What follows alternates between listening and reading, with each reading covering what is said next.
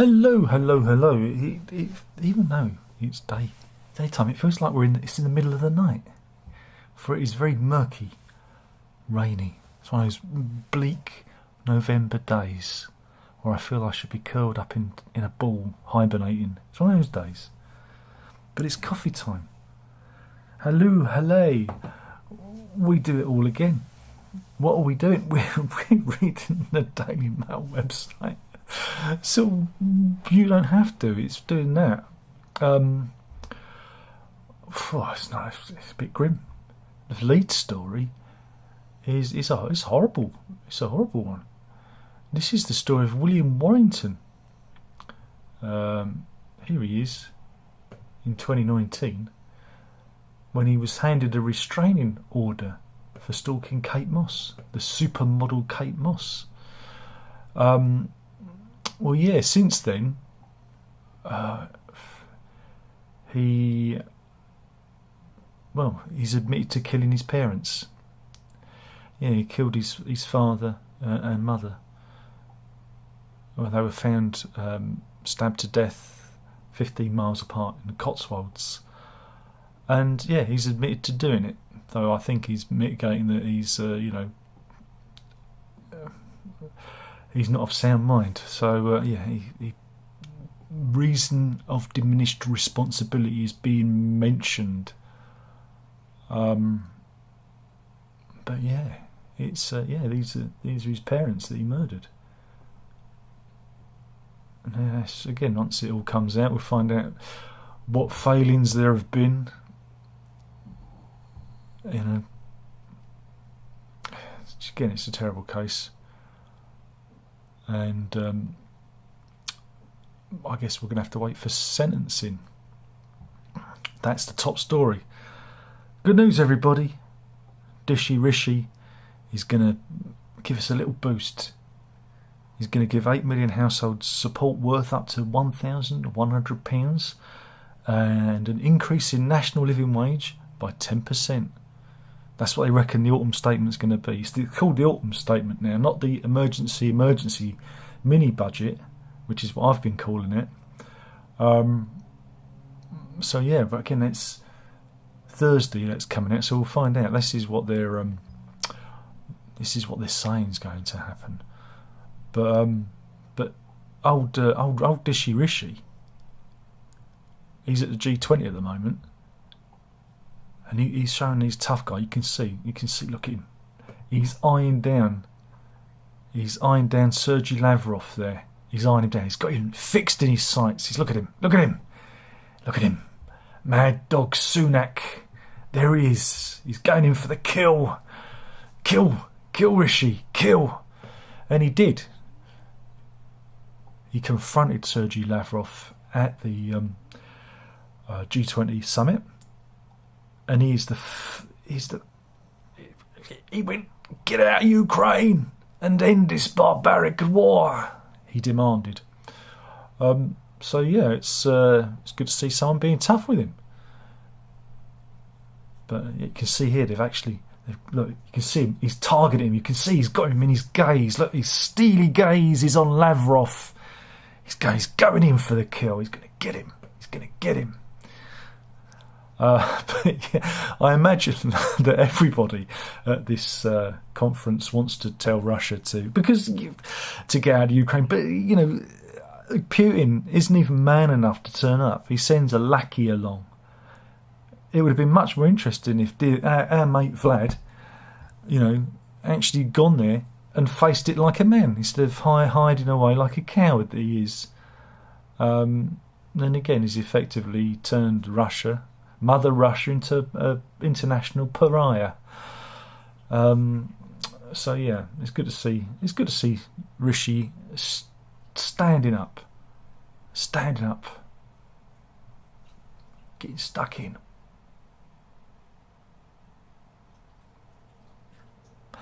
This is dramatic news, right?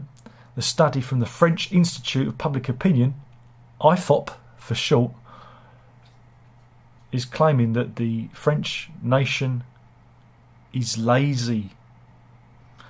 they reckon that the French are suffering from a laziness epidemic ever since the COVID lockdown, because they are they're lucky. They've had one of the most generous furlough schemes apparently from around the world. But yeah, they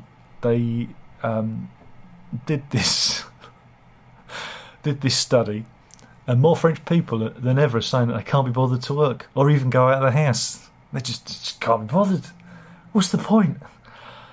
37% of people saying that they are less motivated to work than before, and they reckon that the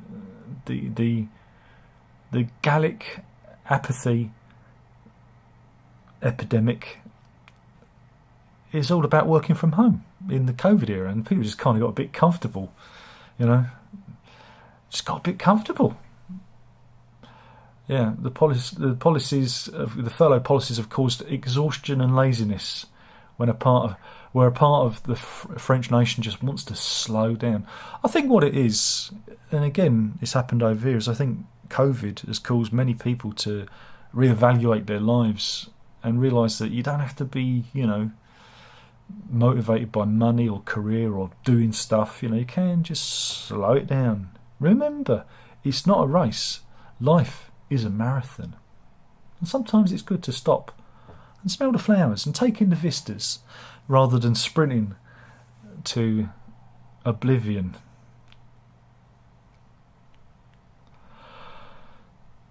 Here we go. This is a study. Some people that say it's love what makes the world go round. It does. Some say it's money, but we all know that it's sperm. It's sperm what makes the world go round. More researchers. These are Hebrew researchers. Well, it would be Hebrew, wouldn't they? Hebrew. Sperm. Hebrew. No, we're not Shebrew. Hebrew. These researchers have been tracking sperm counts from around the world from 1973 to 2018, and they found that sperm counts have more than halved in the last 46 years.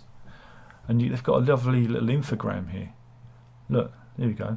You can see it taking a nosedive, and they've got they've done little sperms going down, just to indicate that the issue. And look, here's some close-ups of those little swimmers. So what's going to happen? Well, this comes on a day when we are surpassing 8 billion residents on this planet. So maybe it's not a problem. Maybe this is nature's way of saying, there's too many of you, you've got to slow down, So yeah, it's again, the many reasons why this could be. The study in Human Reproduction Update is built on existing findings and involved men from 53 countries around the world.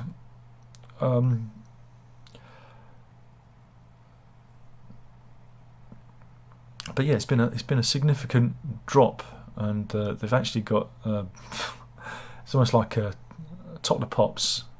If I can get the image into my browser, you can see around the world. USA, they've dropped. We've dropped. This is world population increases and decreases.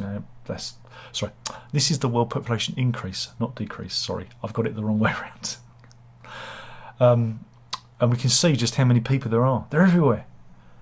And meanwhile, sperm counts are dwindling. What does it all mean? But it's bad diet, obesity, pollution, even microplastics, they reckon, could have another effects on fertility.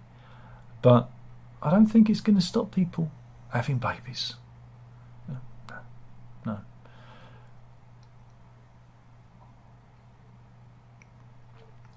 But if you are having a lot of sex, having multiple sexual partners does not affect your marriage chances, a long-term study has found. Researchers studied data on 9,000 people over 18 years up to 2015, and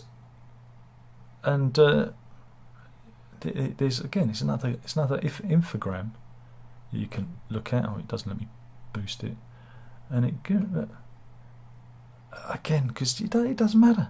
It doesn't matter, because what they're not revealing is the women. They don't say anything till after they've got the ring on the finger and they're over the threshold. That's when I say, oh yeah. How many partners? Well, there was Gary, there was Dave, and she's reeling them off, and the guy's just, the blood's draining from his face, and it's too late then. It's too late then.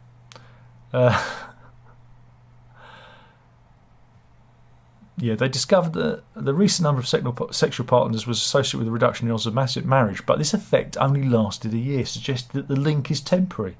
People have got short memories, so don't worry.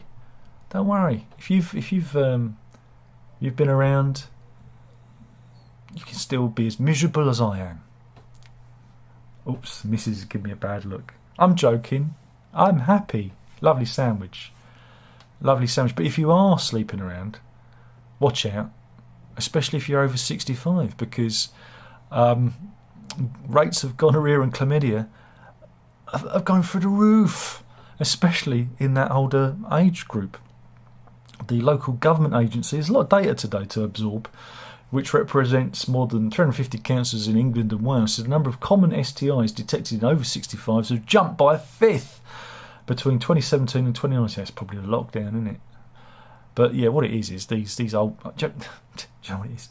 Viagra. That's what it is. Viagra, and when you get over a certain age, you just don't care. But yeah, there's been a rise in chlamydia, gonorrhea, genital herpes. Oh dear. I'm lucky there's no pictures. There's no drippy dicks to show. So there you go. Anyway, let's go to the courts news, shall we? We're going to. We're doing another. This is a Neighbours from Hell thing. This is Charon Ishmael. She's 50.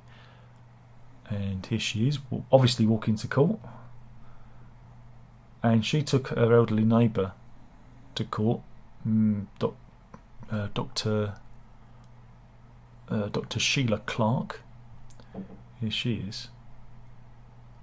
Because she accused Dr. Clark of having a knotweed infection in her garden, infestation, and it sweeping into her garden. Miss Ishmael said that the knotweed was damaging her £1.1 million Islington home in North London, and accused her of not dealing with the issue. But the court case didn't go her way.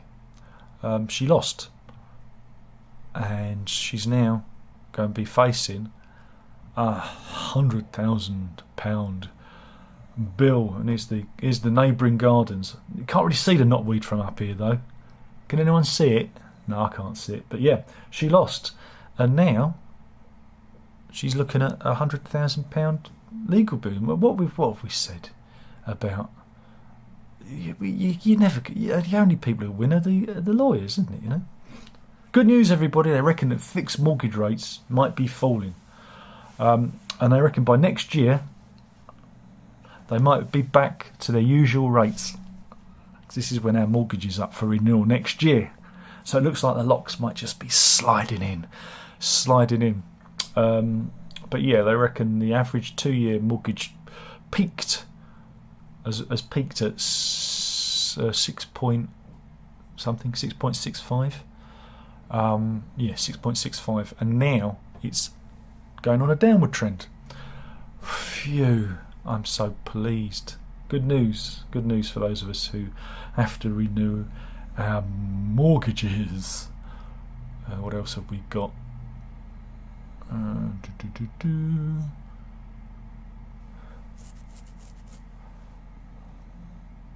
We've already covered that story. We already did that one. Meanwhile, the UN have declared that both Russia and Ukraine have tortured prisoners during the invasion, and this includes them being beaten and having electric shocks. So yeah, the UN are investigating both sides. So again, once, if and when the conflict is over, there'll be more details of that. But what is also going on is Russian troops have been seen, as they're like leaving areas, they've been seen plundering, well, whatever they can find. I think, is that a donkey they're stealing? Yep, they're stealing a donkey and a washing machine. If you're trying to get a donkey in the back of a van, it's not a good look, is it? It's not a good look. What do you want with a donkey? What do you want with a donkey? Meanwhile, oops. I wish my computer would behave itself, but it wouldn't. Meanwhile,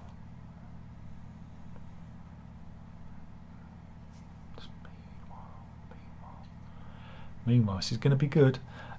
This is a story of a hill walker, Chris Randall. He's walking on Red Pike near Wasdale in the Peak District. This was on Sunday, and when he was walking, he got out his phone and started to record a shadowy figure in the mist that he thought was trailing him. But this is a weather phenomena known as the Brocken Spectre.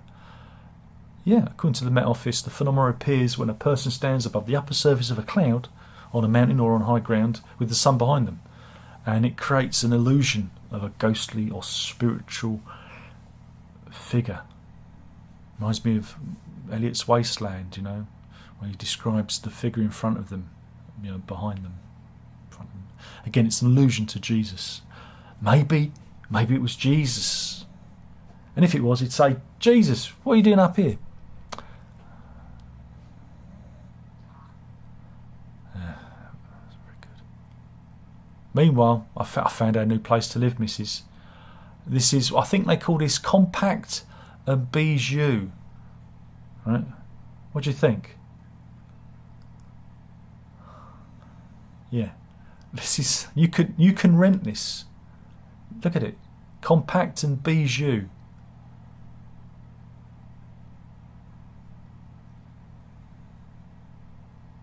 Mind you, bathroom looks nice. You can have a shower and wash your hands in the basin at the same time. And to get a better perspective of what you'll be renting, there it is. Yeah, this is. It looks like this. This looks like a hallway. It's been billed as a studio flat. And this is inside a semi-detached property in Cambridge, and it's been put up by EPS Properties. And yeah, it's a single room inside a Cambridge home, and for you, 850 quid. Excuse me, 850 quid. I mean, but yeah, it's got a nice garden though.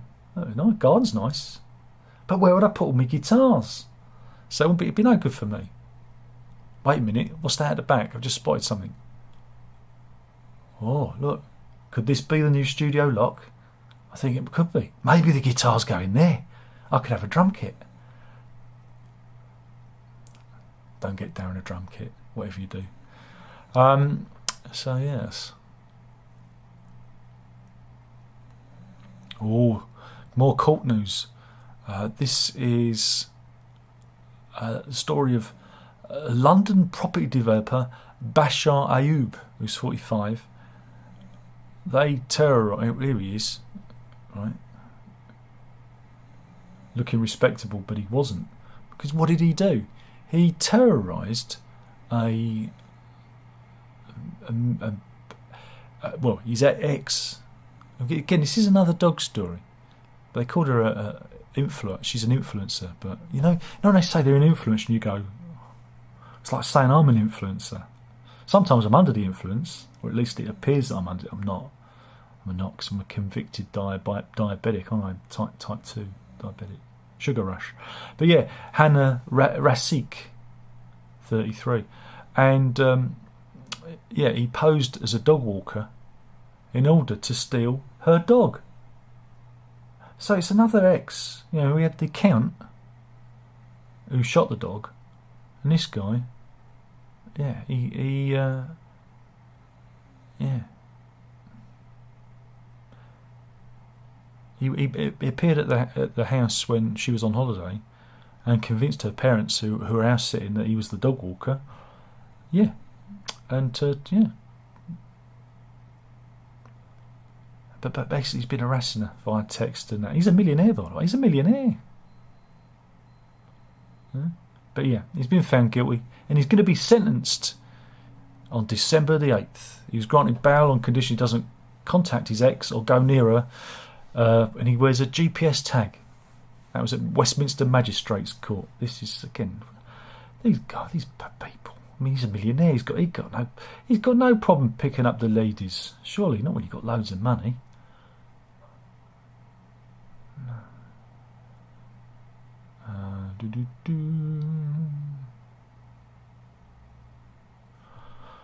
Is there any other good ones? There's more I'm a Celebrity stuff, but Matt Hancock never got chosen for the trial. Got Boy George instead, Bubba Tundi and Chris Moyles. Don't want that.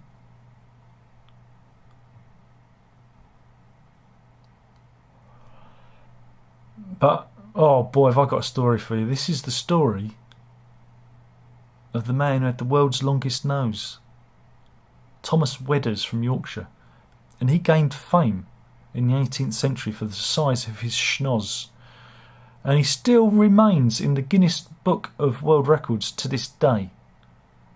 Right? He was a travelling circus performer who again used to, well, I guess he was an exhibit. And there's a waxwork. This has been, it's kind of been, there's been a resurgence. Yeah, this is the image of his waxwork has kind of gone viral online via Reddit. And do you want to? I mean, there's two pictures. One looks more. This is in Ripley's Believe It or Not exhibit. And when you see this, you're going to go, do what? I mean, that's impressive. Right? That looks incredibly waxy. It does look waxy. This one's a bit more realistic, and seems even more phallic in its visage.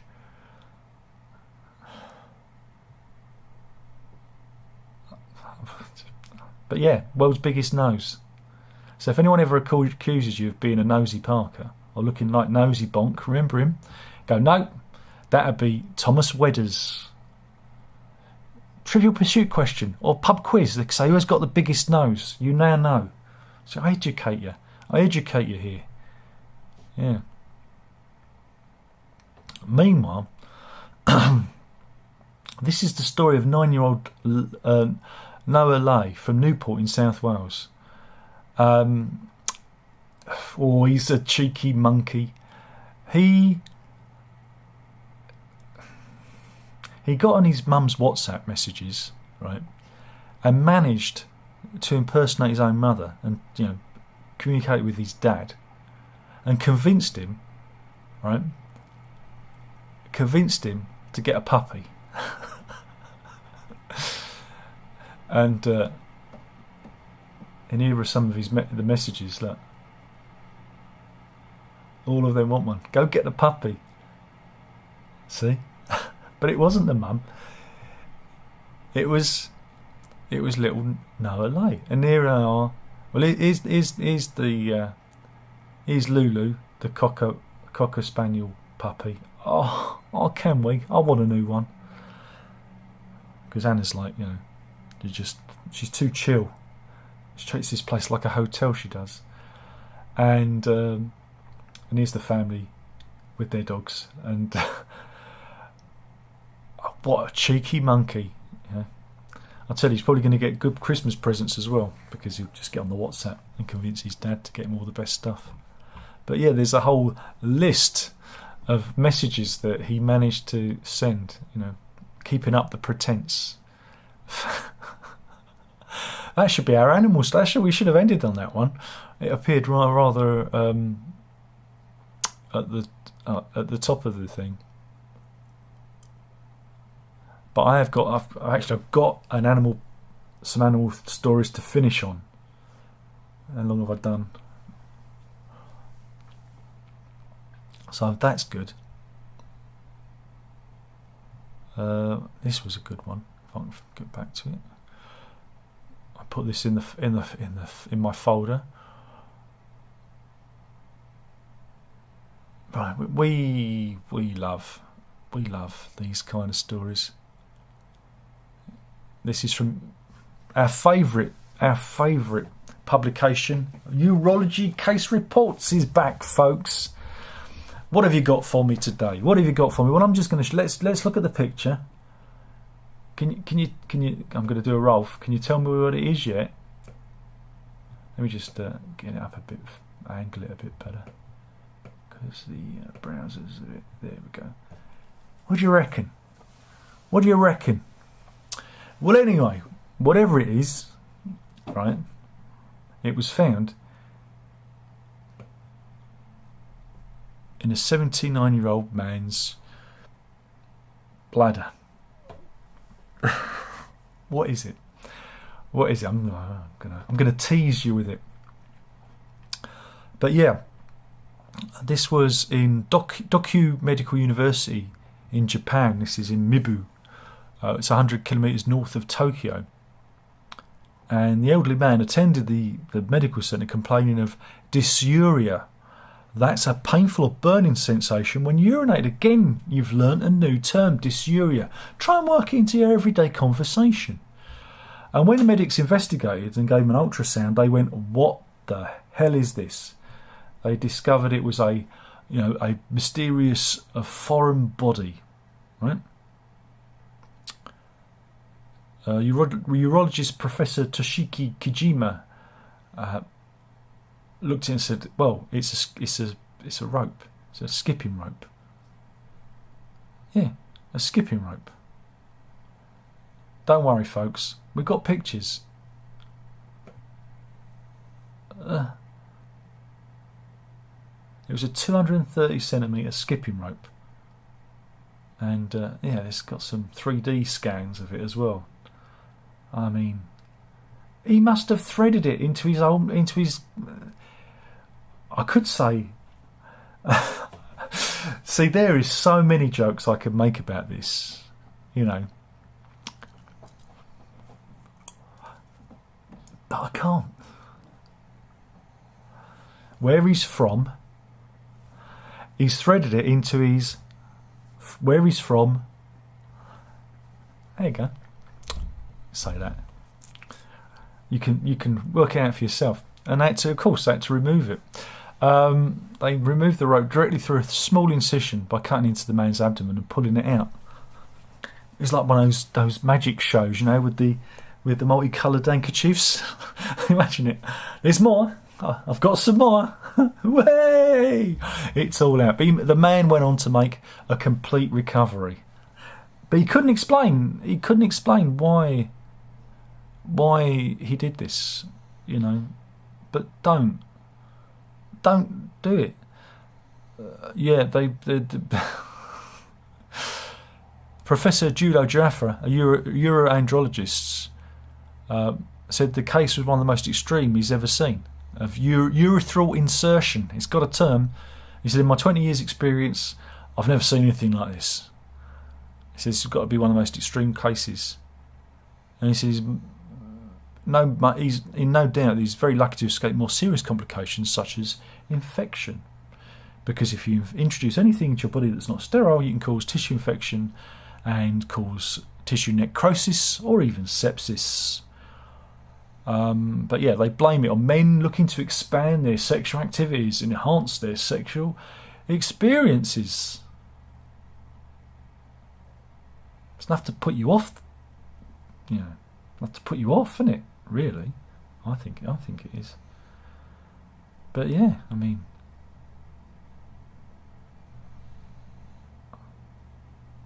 meanwhile, let's go to Germany.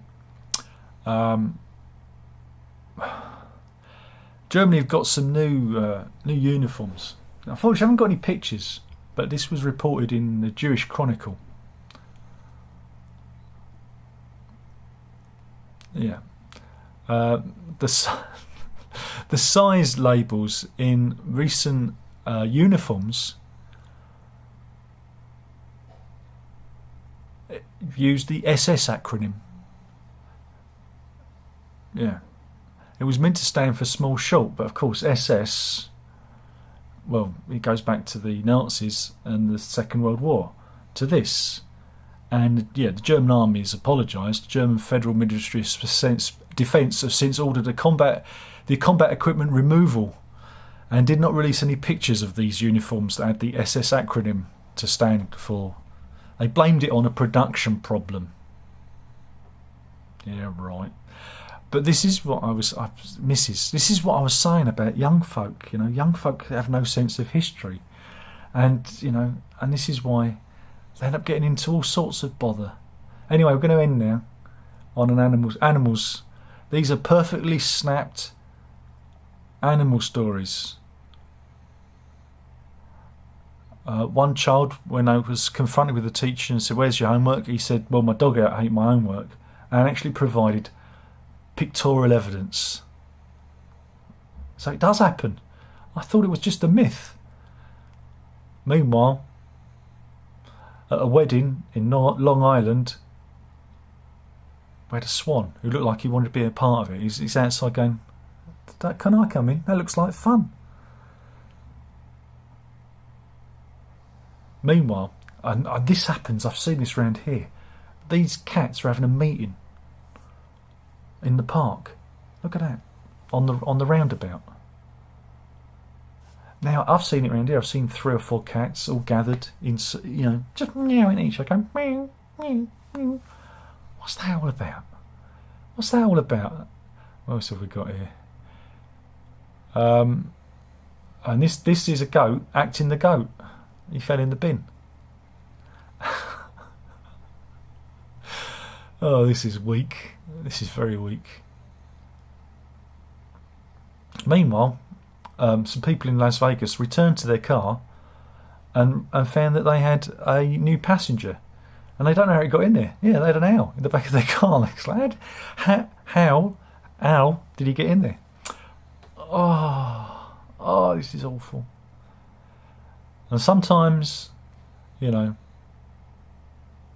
you could be going for a drive when you come across a bison. What's the difference between a water buffalo and a bison?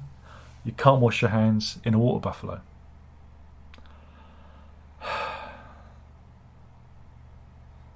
And these two, who likes furry beavers? Is a pair of furry beavers. Just this is weak, Darren. This is weak. But sometimes squirrels, they get sick of nuts and they think, "Do you know what?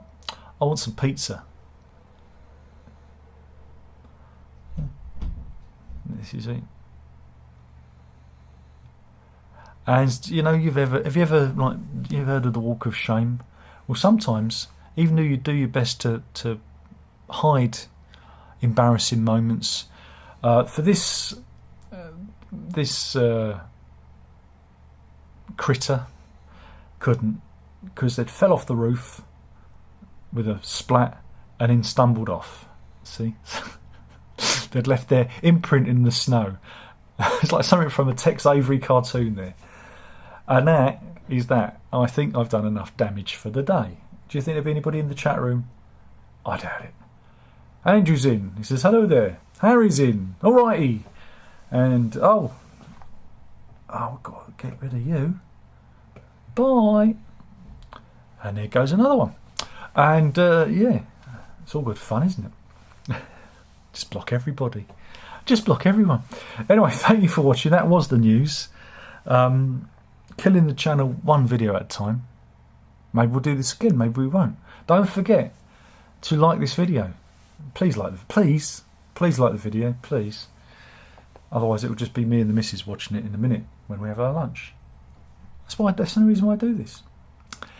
Thank you for anybody else who does pass by and watch these and enjoy watching them. I'd say share them, but does that get any traction these days on YouTube? Who knows? Who knows? TikTok, that's where I need to go. Anyway, you've got to drink it up.